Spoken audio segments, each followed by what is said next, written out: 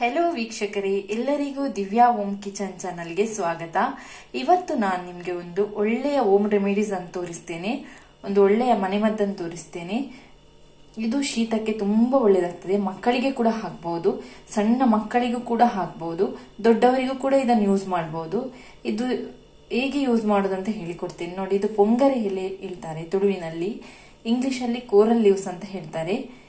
ಇದನ್ನು ನೀವು ಏನ್ ಮಾಡ್ಬೇಕಂದ್ರೆ ಚೆನ್ನಾಗಿ ಕ್ಲೀನ್ ಮಾಡಬೇಕು. ಮೊದಲಿಗೆ ಕ್ಲೀನ್ ಮಾಡಿದ ನಂತರ ಮಿಕ್ಸಿಯಲ್ಲಿ ಹಾಕಿ ಗ್ರೈಂಡ್ ಮಾಡಬೇಕು. ಸ್ವಲ್ಪವೇ ನೀರು ಹಾಕಬೇಕು, ಬೆಚ್ಚಗಿನ ನೀರನ್ನು ಹಾಕಬೇಕು. ಅಂದ್ರೆ ಬಿಸಿ ತಣ್ಣಗಾದ ನೀರಲ್ಲಿ ಹಾಕಿ ಇದನ್ನು ಸ್ವಲ್ಪ ಗ್ರೈಂಡ್ ಮಾಡಬೇಕು. ಹೇಗೆ ಅಂತ ತೋರಿಸ್ತೇನೆ.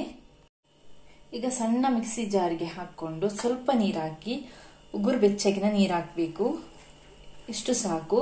ಇದು ತುಂಬಾ ನೀರಾಗಿರ್ಬಾರ್ದು, ಗಟ್ಟಿಯಾಗಿ ಕಡಿಬೇಕು. ಅಂದ್ರೆ ಇದು ಲೇಪ ಹಾಕ್ಲಿಕ್ಕೆ ಉಂಟು, ಹಾಗಾಗಿ ನೋಡಿ ಇಷ್ಟು ಗ್ರೈಂಡ್ ಆದ್ರೆ ಸಾಕು. ನಮ್ಗೆ ಕೈಯಲ್ಲಿ ಹಿಡಿಯುವಾಗ ಇಷ್ಟು ಹೀಗೆ ಸಿಕ್ಬೇಕು. ನಮ್ಗೆ ನೀರಾದ್ರೆ ಅದು ಲೇಪನ ಹಾಕ್ಲಿಕ್ಕೆ ಆಗುದಿಲ್ಲ. ಈಗ ಇದನ್ನು ನಾನೊಂದು ಬೌಲ್ಗೆ ತೆಗಿತೇನೆ. ಈ ರೀತಿ ರೆಡಿಯಾದ ಲೇಪನವನ್ನು ಹಣೆಗೆ ಹಚ್ಚಬೇಕು.